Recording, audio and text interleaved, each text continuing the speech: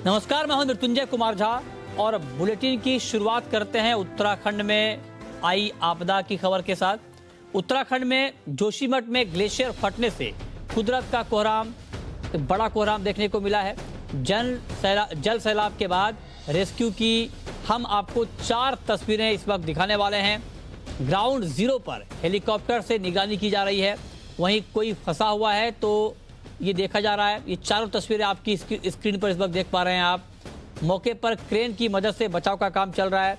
Rescue mission में जवानों को लगाया गया है। बचाव युद्ध स्तर पर चल रहा है। कहीं कोई व्यक्ति किसी स्थान पर फंसा तो नहीं है, ये लगातार इस पर निगरानी की जा रही है, इसलिए खोजी कुत्तों की भी मदद ली जा रही है। आपको बता दें कि इस तबाही में अब तक 19 लोगों के मारे जाने की पुष्टि हो चुकी है और 202 लोगों की लापता होने की बात कही जा रही है। घटना के बाद से आईटीबीपी, एसडीआरएफ, वायुसेना समेत लोकल प्रशासन लगातार राहत और बचाव के कार्य में जुटा हुआ है। और आइए अब आपको सुनाते हैं कि उत्तराखंड के डीजीपी अशोक कुमार का इस पूरे मामले पर क्या कहना है। अभी तक 18 डेड बॉडी हमने रिकवर कर ली हैं और कुल मिसिंग का नंबर 202 पे पहुंचा है। अब उसमें से कुछ लोगों के नाम नहीं दे पा रहे हैं ये लोग। ठेकेदार कह रहे मेरे इतने लेबर थी, इतने लेबर थी, तो हो सकता है एक्चुअल उससे कम हो, क्योंकि नंबर्स हैं वो नाम नहीं है। कुछ 100 के करीब ऐसे लोग हैं जिनके नंबर से नाम नहीं है। तो फिर भी जिसने लिखवाया है कुल मिला के 202 लोग हैं, जिसमें से 2 हमारे पुलिस वाले हैं, 11 लोग गाँव के हैं और 189 लोग दोनों प्रोजेक्ट पे काम करने वाले बताए गए हैं। जो इन्हीं 202 में से 18 की डेड बॉडी मिल चुकी है और इन्हीं 202 में से 25 से 30 आदमी जो टनल के अंदर हैं, जिनका अनुमान है कि इतने होंगे, हो सकता है कुछ कम ज़्यादा हों।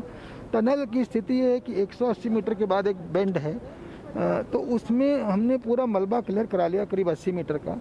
उसके आगे हमारी मशीनें लगी हुई हैं, जेसीबी वगैरह लगी हैं, तो हमें उम्मीद है कि शाम तक कुछ सफलता हासिल होनी चाहिए टनल को खोलने में। उसके बाद यहाँ की स्थिति और क्लियर होगी। और इस पर डिटेल जानकारी के साथ चमोली में इस वक्त किस तरह का रेस्क्यू ऑपरेशन चल रहा है, ताजा हालात क्या हैं, ग्राउंड जीरो से हमारे सहयोगी रामानुज इस वक्त हमारे साथ जुड़ रहे हैं। रामानुज, इस भीषण आपदा के करीब 30 घंटे बीत चुके हैं। आप जरा बताएं हमारे दर्शकों को कि इस वक्त वहां क्या चल रहा है, क्या हालात अब काबू में हो रहे हैं, इस वक्त बचाव के कार्य किस तरह से चल रहे हैं, क्या पूरी जानकारी है ग्राउंड जीरो से, ये जरा डिटेल में बताएं। मृत्युंजय, आपने अक्सर देखा होगा कि बारिश के मौसम में बाढ़ आती है।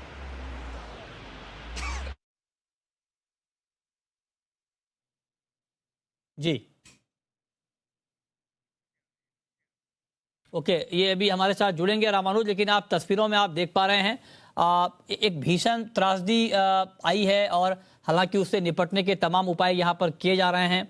बचाव कार्य लगातार जारी है और इस बीच रामानुज एक बार हमारे साथ फिर से जुड़ चुके हैं। जी रामानुज, बताएं।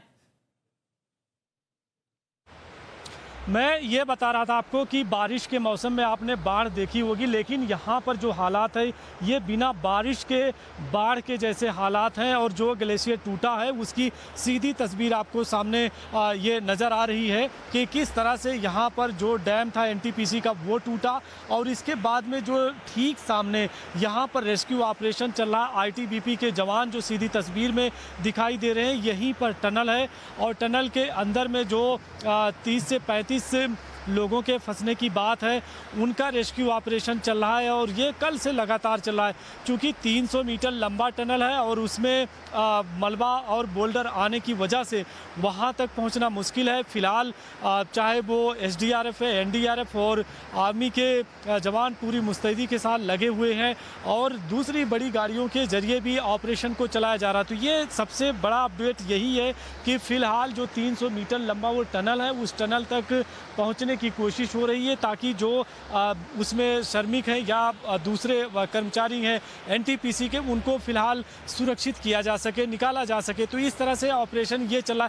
यही वो सबसे बड़ा पॉइंट है कि जहां पर सबसे ज़्यादा हिट किया था ग्लेशियर ने, और यहाँ पर पुल और साथ में डैम को नुकसान हुआ है। एक बार तस्वीर के जरिए आप देखिए कि किस तरह के यहाँ पे ऑपरेशन चल रहा है। ये उत्तराखंड पुलिस के और प्रशासन के अधिकारी भी मौके पर मौजूद हैं और लगातार उनकी कोशिश है कि इस ऑपरेशन को जल्दी से जल्दी किया जा सके। बड़ी मशीनों के जरिए कोशिश हो रही है और ताकि रात होने के पहले ही वहाँ तक पहुँच जा सके, टनल तक। तो इस तरह से कोशिश ये हो रही है। दूसरी तरफ की कनेक्टिविटी भी आपको दिखा दें कि ये जो पार्ट है, ये जो क्षेत्र है, दूसरी तरफ का पुल टूटने की वजह से इस गांव के लोगों का कनेक्शन कट गया है और इसी तरह से आसपास के जो लोग हैं उनका कनेक्शन यानी कि कनेक्टिविटी जो आने जाने की थी वो टूटी है।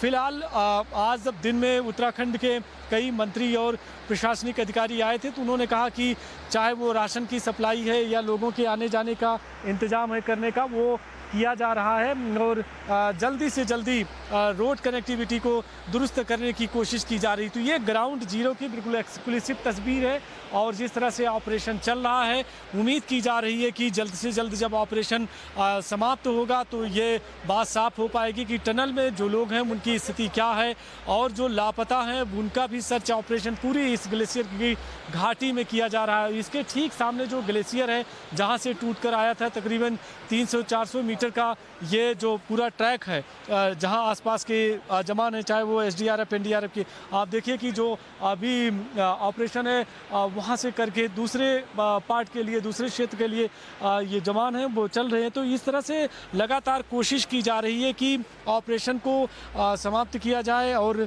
जो लोग हैं उनको सुरक्षित निकाला जाए। ये बहुत बड़ा टास्क इसलिए भी है कि टनल में मलबा मिलियन टन में आया है और जो उसके 4 पार्ट थे, उस 4 पार्ट के जरिए वो मलबा आया है, तो उसको फिलहाल निकालने का काम किया जा रहा है। तो इस तरह से कोशिश हो रही है कि ऑपरेशन को पूरा किया जाए। बचाव रेस्क्यू राहत का काम भी किया जा रहा है, हेलीकॉप्टर के जरिए भी मदद पहुंचाई जा रही है और इस तरह से यहाँ पर पूरी कोशिश हो रही है। तो ये सबसे बड़ा अपडेट यही है कि फिलहाल ऑपरेशन जारी है। जी, बहुत शुक्रिया रामानुज आपका ये ग्राउंड रिपोर्ट हम तक पहुंचाने के लिए। इस खबर पर हमारी नज़र लगातार बनी हुई है। हम भी उम्मीद कर रहे हैं कि जल्द से जल्द लोगों को वहां से सुरक्षित बाहर निकाला जाए।